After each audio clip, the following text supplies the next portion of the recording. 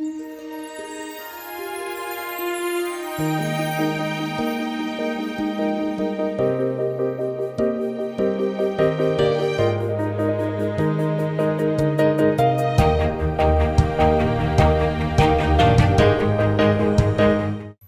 వెంటాడుతున్న శత్రువులే మన ఆహారం. ఈ శత్రువులు ఆహారం అయ్యే బలం మనకు రావాలంటే మనం యెహోవా యందు ఆనందించుట, ఆయన మన యందు ఆనందించుట అనే విషయంలో మనం జాగ్రత్త పడాలి.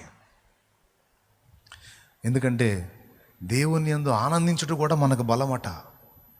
నెహెమ్యా గ్రంథం 8:10 11 8:10గా చూడండి. మీరు దుఃఖపడకుడి, యెహోవా యందు ఆనందించుట వలన మీరు బలమొందుదురు. అది దేవునికి స్తోత్రం. బల రహస్యం ఏంటి? లోకంలో ఆనందించడం కాదు, యెహోవాలో ఆనందించాలి. కానీ సైతానుగాడు ఏం చేస్తాడు తెలుసా? మనం దేవునిలో ఆనందించడానికి మనకి ఇరిటేషన్ పుట్టించి లోకంలో ఆనందించడానికి మనకు ప్రేరణ కలిగిస్తాడు. అజ్జుడు ఎంత బాగుందో, ఇజ్జుడు ఎంత బాగుందో, అజ్జుడు ఎంత బాగుందో, ఇజ్జుడు ఎంత బాగుందో, లోకంలో ఆనందించినట్లు చేస్తాడు.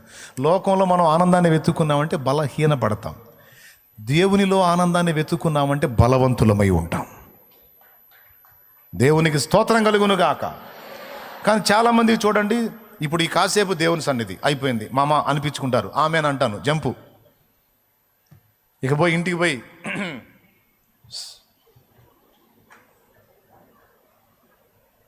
ఏదో ఒకటి లోకానందం వెతుక్కుంటా. అవునా కాదా? కాదా? నాటకాలు వద్దు, వాస్తవం మాట్లాడదాం కదా. ఇప్పుడు దాకా భక్తి, ఇక నుంచి ముక్తి. మళ్ళీ ఆదివారం దాకా, మళ్ళీ ఆదివారం పొద్దున్నే బైబిల్ తీసుకొని జనాలు బయలుదేరుతుంటే అప్పుడు మళ్ళీ భక్తి కట్టలు తెచ్చుకుంటుంది. కానీ ఇక్కడ ఉన్నప్పుడు, ఇంటికి వెళ్ళినప్పుడు కూడా సమయమందును అసమయమందును నువ్వు ఏ ఆనందమైనా వెతుక్కో. దేవునిలో, దేవుని పనిలో, దేవుని సాహచర్యంలో, దేవుని ఆలోచనలో, దేవుని మాటలో, దేవుని పాటలో, దేవుని పరిశుద్ధుల సాహచర్యంలో నువ్వు ఆనందాన్ని వెతుకు. పెద్ద డేంజర్ నువ్వు సైతానికి, పెద్ద డేంజర్ నువ్వు, నీతో పెద్ద తలపోటు వాడికి. అసలు ఈ మనిషి ఏందిరా కాసేపన్నా పక్క ఆలోచనకు వచ్చిందంటే అసలు దొరకట్లేదుగా, సంధివ్వట్లేదుగా. ఎప్పుడు దేవుడు దేవుడు దేవుడు దేవుడు. ఎవరితోన్నా కలిసినా దేవుడే, ఇంట్లో కూర్చున్నా దేవుడే, పాట నోరు తెరిచి పాడినా దేవుడి పాటే, మాట్లాడినా దేవుని మాటే, ఎటన్నా బయటికి వెళ్ళినా దేవుని పనే. సరదా గట్ట 4 టూర్లు అయింది ఏంటి? అసలు ఎప్పుడు మందిరానికి పోదాం, మందిరాన్ని ఒక టూర్ చేసుకుంది, అంతా దేవుడు దేవుడు దేవుడు. వెరీ డేంజర్ నీతో. ఎందుకంటే నువ్వు బలవంతుడివి, బలవంతురాలు. ఎందుకంటే నువ్వు దేవుని యందు ఆనందించడం నేర్చుకున్నావు కనుక.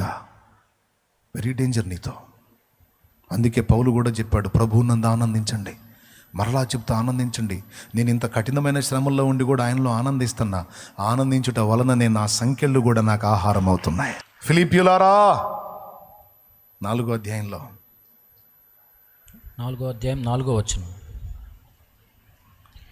4వ వచనంలో ఉంది. దానికంటే ముందు చెప్పాడు, సంఖ్యలలో నేను ఆనందిస్తున్నానని. నేను ఆనందిస్తున్నా నా ప్రభువులో. మీరు కూడా నేర్చుకోండి ఆనందించడం, ఆయనలో ఆనందాన్ని వెతకండి. మీలాంటి మనిషినేగా నేను కూడా. మీకుండే శోధనలు నాకు కూడా ఉంటాయిగా, ఇంకా డబలు త్రిబులు ఇంకెన్నని చెప్పలేను. అన్నీ ఉన్నాయి ఫేస్ చేస్తారా. కానీ ఎన్నున్నా, ఆవేదనలు ఉన్నా, ఆకర్షణలు ఉన్నా, ఆందోళనలు ఉన్నా, ఎట్టి పరిస్థితుల్లో మళ్ళా మీ సమయానికి మీ ముందు వచ్చి ఉంటున్నా. స్తోత్రం. ఏమన్నా నన్ను ఆపటానికి, వెనక్కి త్రొక్కటానికి, నన్ను దిగజార్చడానికి, నన్ను బ్రేక్ చేయడానికి వాడు 16 సంవత్సరాలుగా మహాకుస్తీ పోటీ చేసుకుంటున్నాడు. 16 ఏళ్ళు మామూలు కుస్తీలు కాదు, మహాకుస్తీలు చేసుకుంటున్నాడు. వీడిని ఆపాలని వాడి వల్ల కాల. 16 ఏళ్ళు. ఈ 16 ఏళ్ళలో మీలో చాలామంది సర్దుకున్నారు, మళ్ళీ తేరుకున్నారు, మళ్ళీ వచ్చారు, మళ్ళీ వెనక్కి ఆగారు, మళ్ళీ లేచారు, వచ్చారు, పడ్డారు, లేచారు, కొద్ది రోజులు దూరం అయ్యారు, మళ్ళీ వచ్చి కలిశారు. కానీ 16 ఏళ్ళుగా నేను ఆగింది లేదు ఒక సండే కూడా. ఎప్పుడు ఆగాను? ఏ ఆదివారం వాక్యం ఆగింది? ఇక్కడ ఆగితే ఇంకో చోట ఆయన చెప్పాను. బాగలేకపోయినా వచ్చి మాట్లాడిపోయా. మాట రాని స్థితిలో కూడా ప్రభునందు ప్రియులారా ఎందరికి వందనాలు అనుకుంటా కూడా చెప్పిపోయా. ఆపాలని వాడు 4 వారాలన్నా ఈయన ఆపాలని ఏదో ఒకదాన్ని పెట్టి,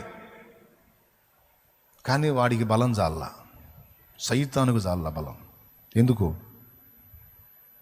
ఎందుకు ఈ 16 ఏళ్ళుగా ఎన్ని నన్ను చుట్టుముట్టినా దేవుని గురించి ఆలోచించడం నేను మానుకోలేదు, దేవునిలో ఆనందించడం నేను మానుకోలేదు, దేవుని సహవాసాన్ని వదులుకోవడానికి నేను ఇష్టపడలేదు.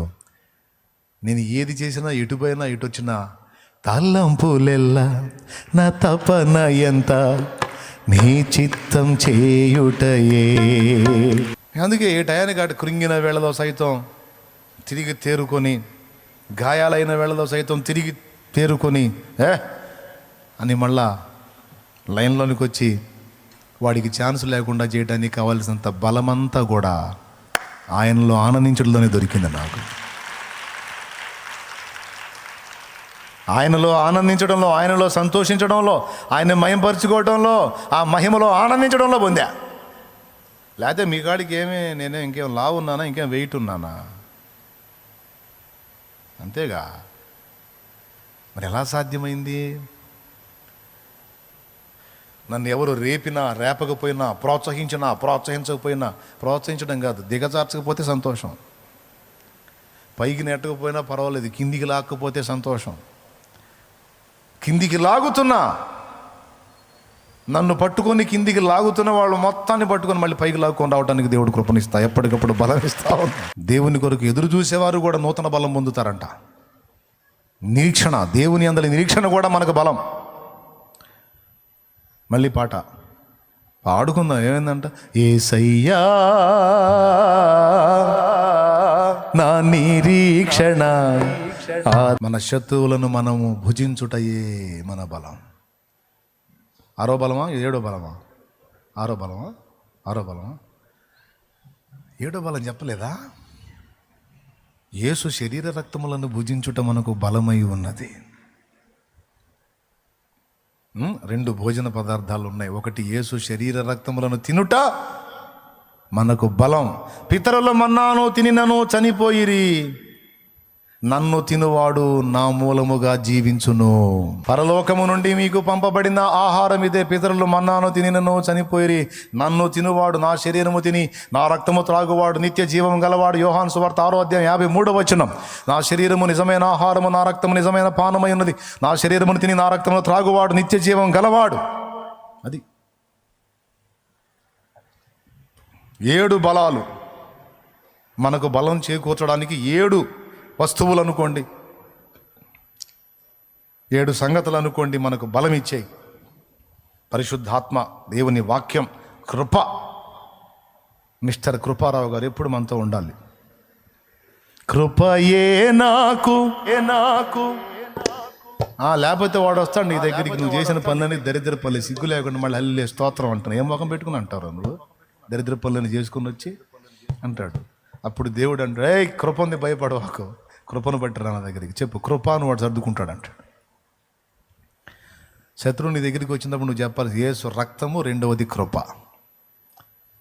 యేసు రక్తంలో నన్ను కడిగాడు, కృపతో నన్ను చేర్చుకుంటాడు. మా నాన్నకి నాకు లేని ఫీలింగ్ నీకెందుకు రా? ఎందుకు నీకు? దరిద్రుడా పో, యేసునామూలన.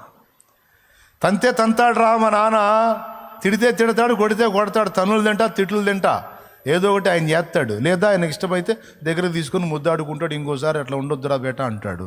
మా నాన్న ఆయన నువ్వేంటి? కృప ఉంది కదా అని పాపం చేయదుమా? నేను ఎట్లా చేస్తారా? నేను ఆయన కొడుకునైతే ఆయన బ్లడ్ నాలో పని చేస్తుంటే నేను సిగ్గులేక చేస్తానా ఏంది? నేనేమన్నా కుక్కనా కక్కి తిరిగి తినటానికి, లేదా పందినా మళ్ళీ బురదలో బొర్లాడటానికి? నేను యేసు గొర్రె పిల్లను రా. ఎవరు? కృప ఉంది. కృపయే నాకు. ఆ కృపను బట్టే కదా తప్పిపోయిన కుమారుడు తండ్రి దగ్గరికి వచ్చింది. కృప చూపుతాడని చూపాడు. కాబట్టి కృప మనకు బలం. యేసు రక్తం కూడా మనకు బలమే. సరే, యేసు రక్తం, కృప 2 కలిసి ఒక లెక్కలో వేసేద్దాం. యేసు శరీర రక్తములు మనకు ఆహారం, బలం. ఇంకా ఏం బలం?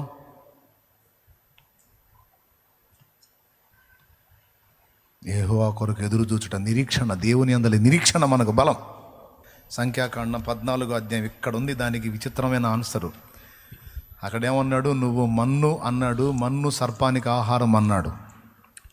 ఇప్పుడు మనం బలహీనులమని వాళ్ళు అంటా ఉంటే ఆ దేశవాసులు ఇంత పొడుగోళ్ళు, అంత లావోళ్ళు, ఇంత ఎత్తోళ్ళు, అమ్మో వాళ్ళు దీర్ఘదేహులు, నెఫిలి జాతోళ్ళు, అమోరి జాతోళ్ళు, ఆనాకు జాతోళ్ళు అని వాళ్ళని గురించి 10 మంది చెడ్డ సమాచారం చెప్తే, నూను కుమారుడైన యెహోషువ, యెఫున్నె కుమారుడైన కాలేబు ఏమంటున్నారో చూడండి. 14వ అధ్యాయం 8వ వచనం. చదువు. యెహోవా మన యందు ఆనందించిన ఎడల ఆ దేశములో మనల్ని చేర్చి దానిని మనకిచ్చును. అది పాలు తేనెలు ప్రవహించు దేశము. మెట్టుకు మీరు యెహోవా మీద తిరుగుబడుకుడి, ఆ దేశ ప్రజలకు భయపడుకుడి, వారు మనకు ఆహారమగుదురు. భయపడితే మనం ఆహారం అవుతాం. ఇది పాయింట్. భయపడి వెనక్కి తగ్గితే మనల్ని తింటుంది శత్రువు. దేవుని యందలి విశ్వాసాన్ని బట్టి భయపడక అడుగు ముందుకేస్తే వాళ్ళు మనకు ఆహారం అన్నాడు. ఇది ఫినిషింగ్ టచ్.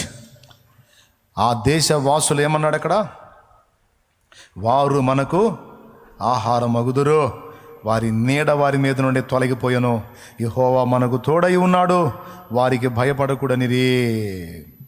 శత్రువు మనల్ని ఆహారం చేసుకోవటానికి తిరుగుతున్నాడు, లక్ష్య పెట్టొద్దు. వాణ్ణిని ఆహారం చేయటానికి దేవుడు మనకు పిలుపునిస్తున్నాడు. మీరు వాణ్ణి మింగాలే, వాడు నిన్ను మింగటం కాదు, నువ్వు వాణిని మింగాలి, వాడు నీకు ఆహారం కావాలి. ఇది నీకు నేను ఇస్తున్న పిలుపని దేవుడు సవాల్ చేస్తున్నాడు, రమ్మని. నా అద్వితీయ కుమారుడు ఇప్పుడు జ్యేష్ఠ కుమారుడు అయ్యాడు. నా కుమారుడు వానిని జయించి ఉన్నాడు, వానిని మృంగేసి ఉన్నాడు. సో ఆయన సంబంధులుగా ఆయనను వెంబడిస్తూ మీరు కూడా వానిని జయించాలి. ఇది మీ ముందున్న ఛాలెంజ్. వాడికి మీరు ఆహారం అవుతారో, వాడిని మీరు ఆహారంగా చేసుకొని తరుముతారో, సింహస్వప్నం వాడు మీకు అవుతాడో. కొంతమంది కలవరించుకుంటారు, దెయ్యాలను కలవరించుకుంటారు. దెయ్యాలను నువ్వు కలవరించుకోవటం కాదు, నీ దెబ్బకి దెయ్యాలు కలవరిపోవాలా. యేసు ఎవరో తెలుసు, పౌలు ఎవరో తెలుసు అన్నయ్య. యేసు అంటే అది వేరు, పౌలు కూడా తెలుసు అంట వాటికి. పాపం ఎంత కలవర పూచితే, ఎంత ఆయన గురించి ఎంత డేంజర్ మీటింగ్ జరిగితే దెయ్యాల గుర్తుంది చూడు. పౌలు గురించి పెద్ద మీటింగ్ జరిగింది దెయ్యాల కూటంలో. ఏం కూటంలో? దెయ్యాల కూటంలో పౌలు గురించి పెద్ద విశ్లేషణ జరిగింది. అందుకని దెయ్యాలన్నిటికీ పౌలు పేరు తెలుసు. దెయ్యాల హిట్ లిస్ట్లో ఉన్నాడు పౌలు. వెరీ డేంజర్, ఇతను ఉన్న కాడ వెరీ డేంజర్, జాగ్రత్త. మన ఆటలు సాగవు బిడ్డ. నువ్వున్న దగ్గర కూడా దెయ్యాలు మీటింగ్ వేసుకోవాలి అంతే. ఫలానా పర్సన్ లైన్లో ఉంది, ఫలానా పర్సన్ లైన్లో ఉన్నాడు, ఈ వ్యక్తి ఉన్న దగ్గర మన ఆటలు సాగవు. ఎట్లా చేయాలో మనం సర్దుకోవటం ఎక్కడి నుంచి, లేకపోతే వాడు మనల్ని వైనం చేసే అవకాశం ఉంది అని అవి పారిపోవాలి. అవి తీసుకొచ్చే సమస్యలు, శోధనలు, బాధలు, వేదనలు, ఇరుకులు, ఇబ్బందుల్ని నువ్వు ముందు పెట్టుకొని నువ్వేమని ఏడుస్తున్నావు తెలుసా?